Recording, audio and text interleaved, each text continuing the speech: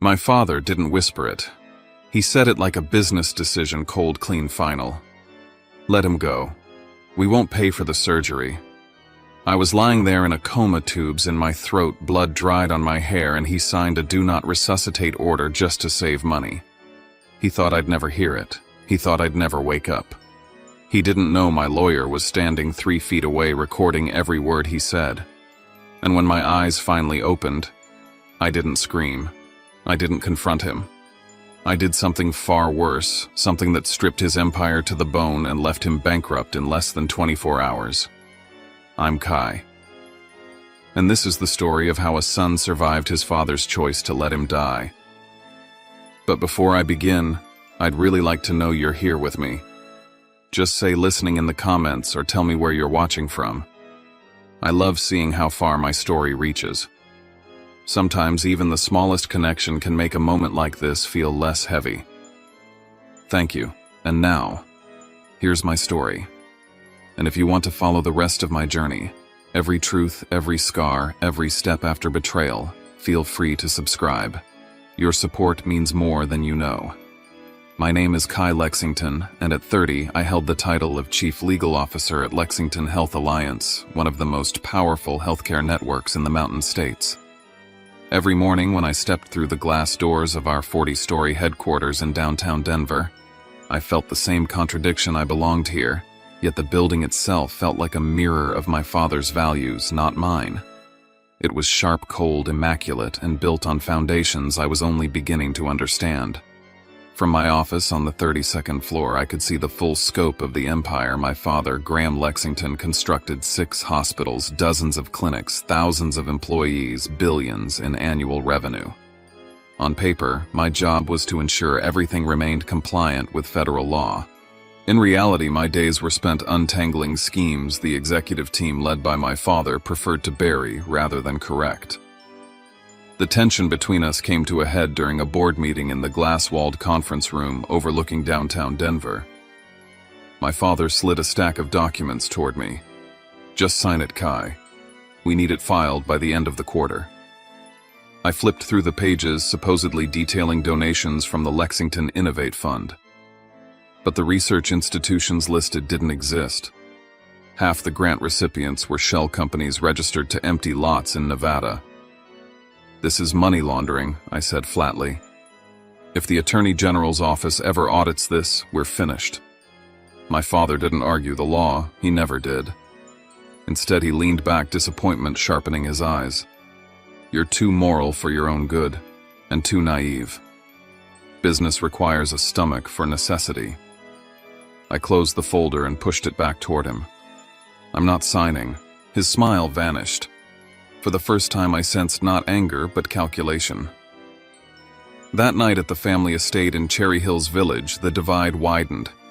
At dinner, my father recounted my refusal to sign the documents as if it were a joke, something to amuse his guests. "Kai means well," he scoffed, raising a glass, "but he doesn't understand the pressure of keeping an empire upright." Meanwhile, he praised my older brother, Silas Lexington, Health Alliance's CFO, for having the realistic mindset I lacked. Silas offered a weak, guilty smile, but said nothing. He never did. Later that evening, I overheard my father on a phone call behind his office door. "No, I'll have the money before the merger is finalized. Stop calling." I froze. I recognized the tone, not confident, not strategic, desperate. As I drove away that night, I couldn't shake the sense that something inside our family was rotting from the core. My mind drifted to the trust fund my mother left me. Vivian Lexington, brilliant, gentle, and almost erased from the company's history, had built the foundation of our wealth through pharmaceutical patents. When she died, she left me a $20 million trust with unusual terms, locked until I turned 35. If I became permanently incapacitated, my father would take over as guardian of the fund, though I would remain the legal beneficiary. If I died without a spouse or children, the money transferred entirely to him. I had always believed the structure was meant to protect me. But during that board meeting, when I mentioned Mom, my father muttered something strange. "Your mother died because she chose the wrong priorities. I won't make the same mistake." A chill ran down my spine. The sentence felt wrong, almost rehearsed, like he'd said it before in a different context. The merger with Rocky Mountain Healthcare Systems, worth $600 million, was looming. My father made sure everyone at dinner knew it. If this falls through, he declared, this family loses more than money. Yet when he spoke, all I heard was, if something threatens the deal, he will remove the threat no matter who or what it is. By the time I ended the night, a quiet truth settled inside me. I was the chief legal officer of this empire, and the only one in the family who didn't know the full story. If I had known then that my $20 million trust was already part of my father's contingency plan, I might never have gotten behind the wheel that night. I was 22 when my mother was diagnosed with pancreatic cancer. My father told me it was hopeless, that aggressive treatment would only prolong her suffering. I believed him. I didn't know enough to question anything, and grief made me pliant. She died within months, never undergoing a single intensive therapy. For years, I accepted his version of the story until a chance meeting changed everything. At a medical conference in Boulder, I ran into a doctor who had been part of her case review. During casual conversation, he said almost offhand, if treatment had started right after diagnosis, she might have had a 30 or 40% chance. But the hospital waited on the family's decision a bit too long. My blood ran cold. The timeline my father gave me didn't match the medical reality. Shortly after her funeral 8 years earlier, I remembered another moment I hadn't fully understood, then a man in a modest suit approaching me. Maverick Doyle, my mother's personal attorney. He handed me an envelope she had written for me before she died. Inside was a letter in her handwriting. Never let anyone have full control over your life, not even family. And a copy of the trust fund contract. Maverick spent hours explaining the fine print to me. At 22, I didn't grasp the weight of those clauses. But now, as an attorney myself, the implications were suffocating. If I ever became incapacitated, my father would control everything. If I died young, he would inherit it all. Years later, sitting across from Maverick in a cafe in Denver's Lodo district, I told him about the shady paperwork in the Innovate Fund and the growing unease I felt around my father. Maverick asked one simple question. If you were unconscious in a hospital, do you trust the man who benefits financially from your death to decide your treatment? My answer was silence. Maverick then suggested something that felt extreme at the time.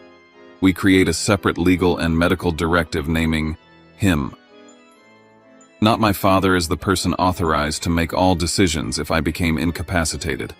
He also recommended that I grant him permission to record on any mind conversation involving my medical care in an emergency, fully legal under Colorado law if written in advance. It felt strange, like drafting a survival plan for a disaster that might never come. But I signed. And Maverick filed everything discreetly through the state court system using his own address. No one in my family knew. The company's legal department didn't know. To the outside world, Graham would still appear to be the sole decision-maker if anything happened to me. Meanwhile, I dug deeper into financial reports at work. Strange transactions surfaced, insider-like stock trades made days before merger discussions became public charitable funds, rerouted through shell corporations' offshore accounts linked to anonymous beneficiaries. The pattern smelled of desperation, not strategy. Something was collapsing behind the scenes, and my father was hiding it. At the end of Chapter 2, I finally admitted what had been echoing in my mind since that night. I had a $20 million trust, a father under immense financial pressure, and a set of legal documents he didn't know existed. I believed those papers would protect me. I didn't know then that they would turn a hospital ICU into the first courtroom my father ever lost.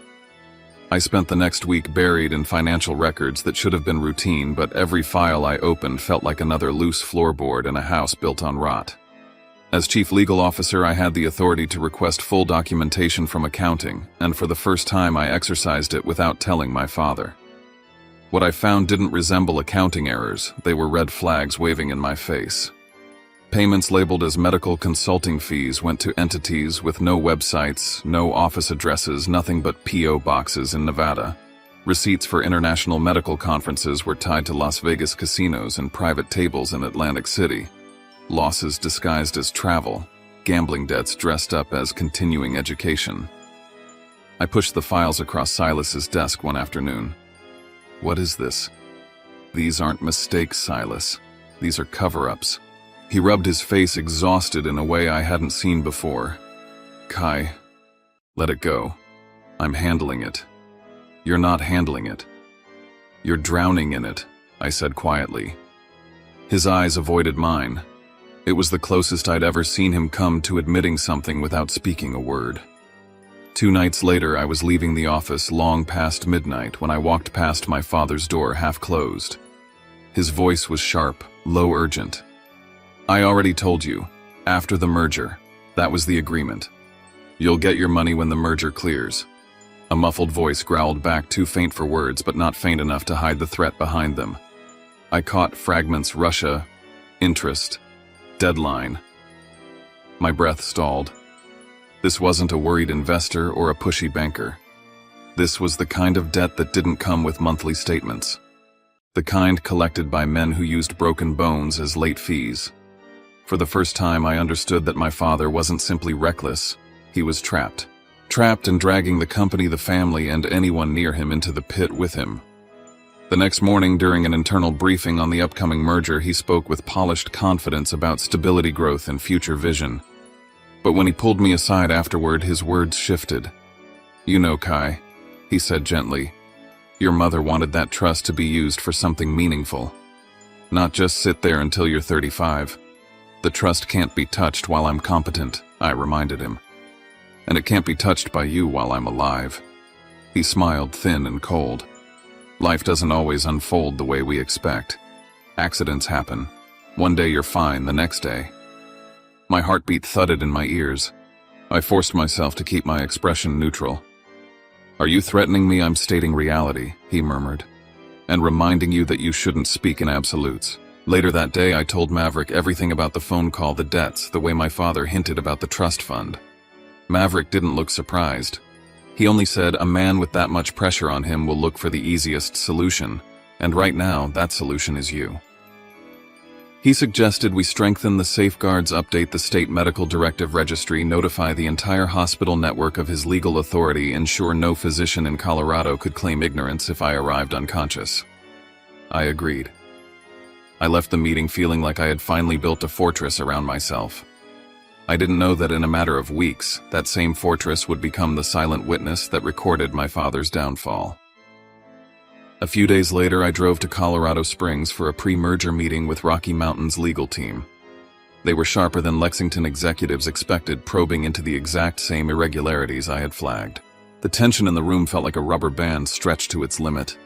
By the time the meeting ended, snow was drifting across the parking lot and the sky had fallen into a dull, icy gray. I was exhausted but eager to return to Denver. Maverick had texted me minutes earlier. I found something important. We need to talk tomorrow. I merged onto I-25, watching snow swirl across the windshield. The lane markers blurred. The road felt too quiet. When the headlights behind me flared bright and a horn blasted far too long, I tightened my grip on the wheel. I remember thinking the biggest problem in my life was a collapsing merger and a father who was in debt to dangerous men. I didn't know that within seconds metal would crush around me and that my father would soon decide whether my life was worth more than $20 million. I don't remember the moment metal hit metal. I remember the sensation like the world snapped in half. The blinding flash of headlights cutting across my lane, the scream of a horn, the violent spin of my car as if gravity lost patience with me. Then glass-shattered steel folded and something cracked against my skull. Darkness swallowed everything. Somewhere far away I heard someone shouting, "Call 911, someone's trapped." Then even that disappeared. I drifted in and out of awareness inside a white fog. Voices came through like echoes underwater. Machines beeped in steady rhythm. Someone touched my hand. Someone wiped blood from my face. Words cut in and out. Glasgow 6. Cranial trauma, good reflexes. He's young. Prognosis is hopeful. A woman's voice, steady, confident, rose above the rest. I later learned it belonged to Dr. Rowan Pierce. We need to treat aggressively, she said. He has a real chance. Then everything faded again. I didn't know until later that Maverick arrived before my father. The hospital called him first because of the paperwork I'd signed months earlier. He presented the document secured his right to be present in all decisions, and per my authorization activated a small recorder clipped inside his jacket. He placed it discreetly on a counter in the ICU room. That device would become the single most important piece of evidence in my father's life. 4 hours after the crash, Graham Lexington finally walked in. He wasn't frantic. He wasn't shaken.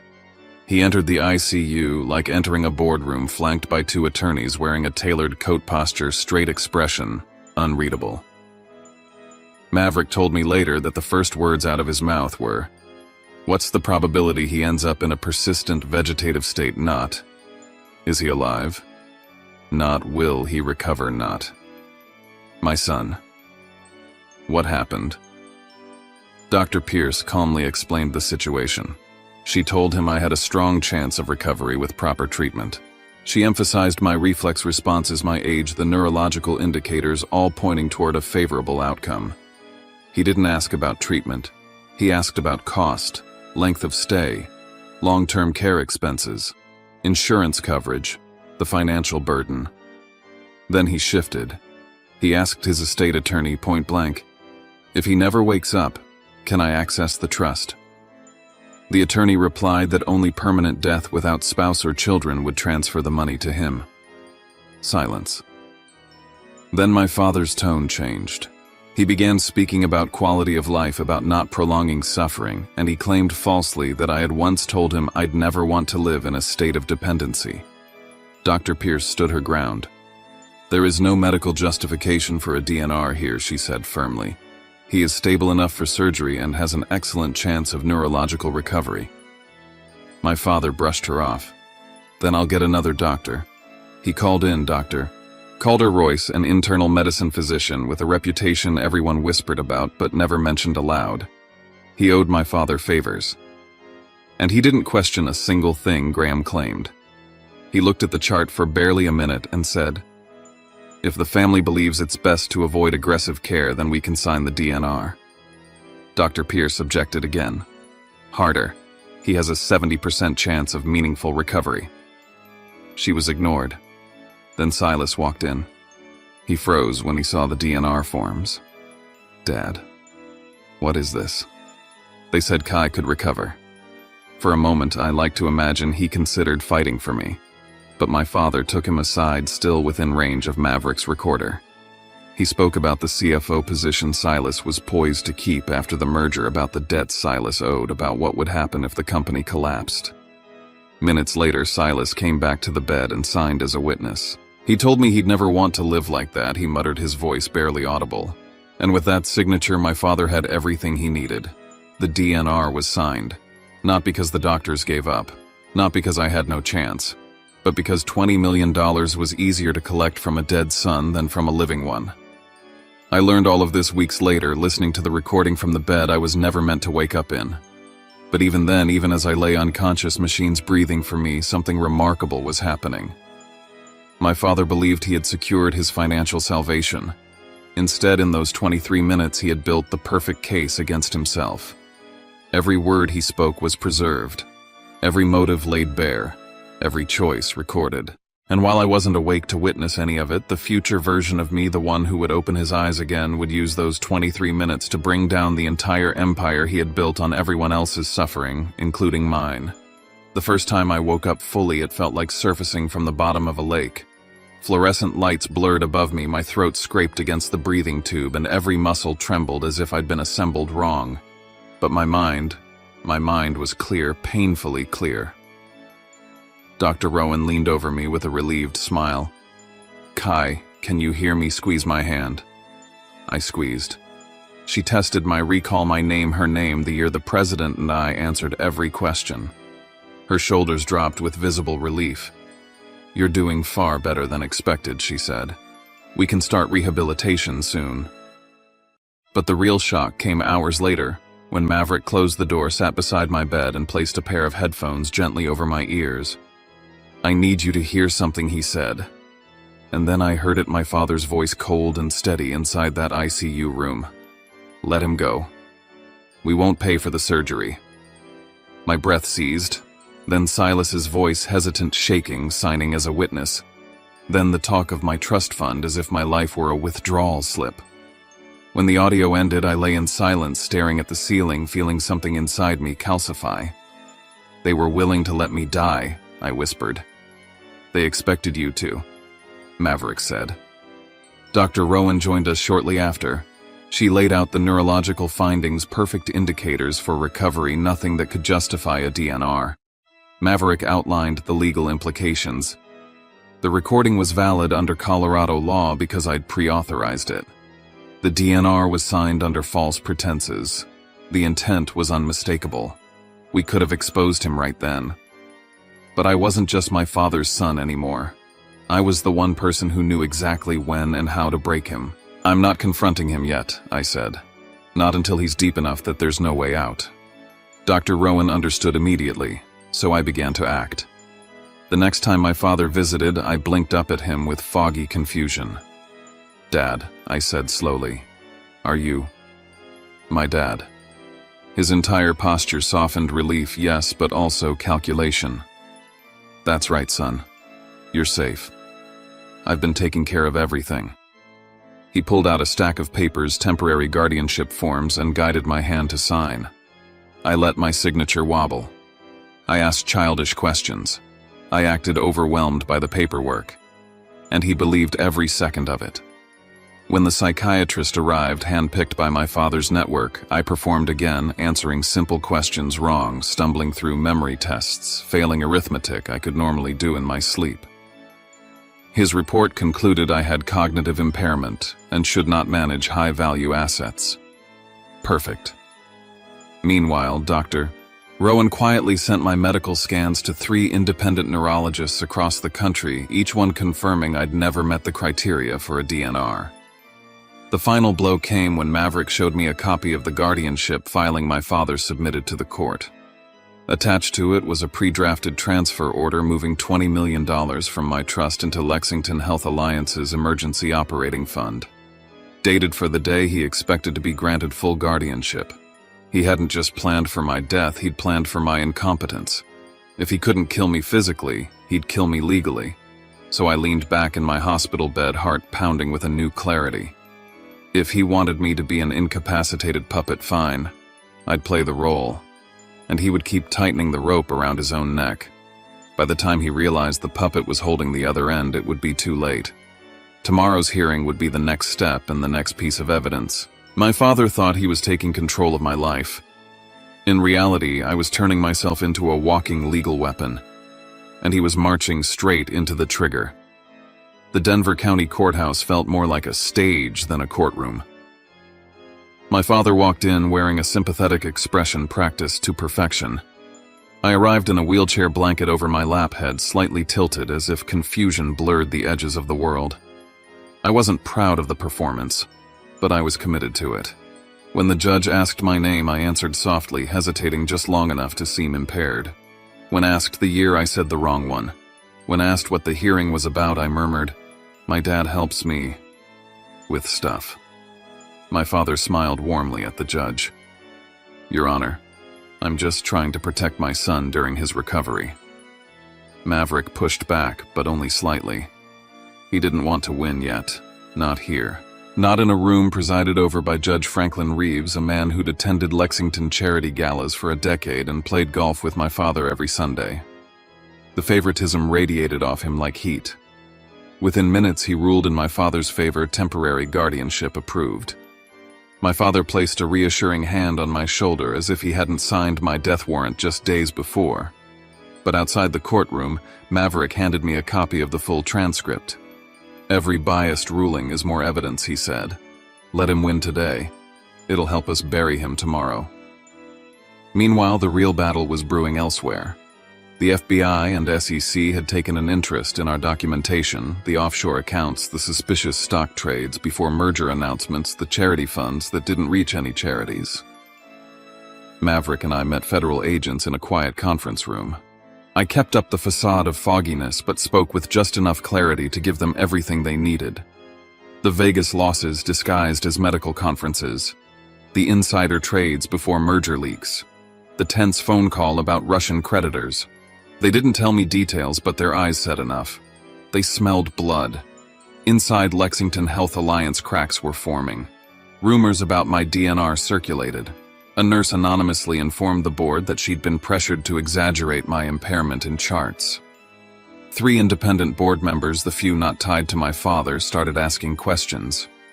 One of them, Dr. Evelyn Marks, requested a full review of the hospital's DNR protocols. Maverick quietly encouraged her interest, slipping hints without revealing too much. Then came the moment I'd dreaded yet planned, for my father executed the transfer order moving my $20 million into the company's emergency fund. I felt physically sick reading the document, but Maverick gripped my shoulder. "Let it go through on paper," he said. "It won't clear. The feds will freeze it. But the act itself, that's the nail in the coffin." He was right. The money wasn't the point. The intent was. The next morning, my father arrived in my hospital room wearing the bright smile of a man about to be crowned king. "Kai, I want you to come to the shareholders meeting tomorrow," he said. "It would mean the world if people see you recovering. It'll show strength." I tilted my head with practiced innocence. "Do I have to talk?" He chuckled. No, just sit there, like a prop, a human PR device." He left the room satisfied, believing I was too damaged to understand anything. But that night, alone with the city lights of Denver flickering through the window, I reviewed everything one last time: audio recordings, medical reports, transfer documents, federal notices. All organized, all corroborated, all ready. Tomorrow morning, my father would walk into the Colorado Springs ballroom, certain he was moments away from securing the biggest merger in the Mountain States. He would step onto that stage believing the room belonged to him. But in reality, the room already belonged to me. And he had no idea that the son he left for dead would stand up literally and figuratively and destroy the empire he'd built on lies, fear, and blood. Tomorrow wasn't just a meeting. It was Judgment Day. The Broadmoor in Colorado Springs was buzzing like a political convention when I arrived, sweeping red carpets, towering banners of Lexington Health Alliance and Rocky Mountain Healthcare Systems investors in tailored suits, and reporters already jockeying for camera angles. I stayed slumped in the wheelchair, letting an aide push me through the lobby as my father approached guests with the confidence of a man about to secure his crown. "This is my son Kai," he said proudly, "a miracle of our system's care." I kept my eyes soft and unfocused, playing the damaged son he needed me to be. Inside, I recited every word he'd spoken in the ICU when he thought I was already gone. He stepped onto the stage, bathed in spotlights, greeting shareholders and executives with the practiced warmth of a seasoned kingmaker. His presentation was polished charts, projections, promises of expansion and innovation. He praised Lexington Innovate as the humanitarian heart of the company. And then he used my accident as emotional leverage, describing my recovery as proof of Lexington's excellence. He left out the part where he approved a DNR. When he gestured for me to wave something in, me clicked into place. I gripped the armrests, pushed myself up, and stood fully upright. The room went silent. Dozens of phones lifted. My father froze. I reached for a microphone. "My name is Kai Lexington," I said clearly. "And before any signatures happen today, we need to discuss a matter of medical ethics." I saw panic ripple across his face. I began with the clinical facts of my injury, the neurological evaluations, the 70% chance of full recovery, the consensus from independent experts showing I never met criteria for a DNR. Their statements appeared on the screen behind me, cold, official, irrefutable. Despite this, I said someone signed a do not resuscitate order on my behalf. I paused, letting the room absorb the implication. Then I introduced Maverick Doyle as my legal representative and explained the pre-authorized recording he made in the ICU. And now, I said, my voice steady, you will hear precisely what was said. The audio played through the hall, clear, brutal, damning. My father asking about lifelong disability. My father asking if my trust would transfer to him. My father saying the words, "Let him go. We won't pay for the surgery." The crowd reacted instantly, gasps, whispers, a few people standing in disbelief. Rocky Mountain's delegation huddled together, their expressions sharp and alarmed. A handful of reporters were already live streaming. When the audio ended, silence swallowed the room. Then came the breaking point. Dr. Evelyn Marks, a board member and former physician, stood up and addressed the chair. I motioned for an emergency board meeting to reassess Mr. Lexington's status as CEO. Rocky Mountain's lead negotiator stepped forward and announced the merger would be paused. We cannot move forward under these circumstances. A few investors left the hall altogether, phones pressed to their ears. I didn't stop there. I projected the financial trails onto the screen funds from Lexington Innovate flowing into shell companies, then offshore accounts. I exposed the transfer order for my $20 million. I laid out the pattern of insider trades before merger leaks. This isn't just about me, I said. It's about a CEO who used his son's life and his late wife's inheritance to cover the holes in a system he hollowed out. Security approached my father as the board formally suspended his signing authority. His shoulders sagged as the room moved on without him, conversations swirling, alliances flipping in real time. He was escorted out the back, not arrested, not yet, but stripped of the power he'd spent his life sculpting. When Maverick and I exited the stage, cameras followed us, but I barely noticed. I looked back once and saw my father standing behind the curtains, small, irrelevant, unheard. That was the end of his kingdom, and the beginning of everything that would come next. I wasn't in the boardroom when they voted, but the updates came quickly. Maverick sat beside me in a private lounge at the Broadmoor, forwarding emails and messages from 3 different directors. The board moved fast. They cited ethical violations, financial misconduct, and gross abuse of guardianship authority. They stripped my father of the CEO role and froze his voting rights. A respected physician administrator was named interim CEO, pledging full cooperation with investigators and a comprehensive review of every DNR in the system. Within hours, the FBI executed a warrant on Lexington headquarters. Agents seized servers and boxes of financial documents. SEC officials began tracking the pre-merger trades. The state health department launched an inquiry into DNR misuse throughout the network.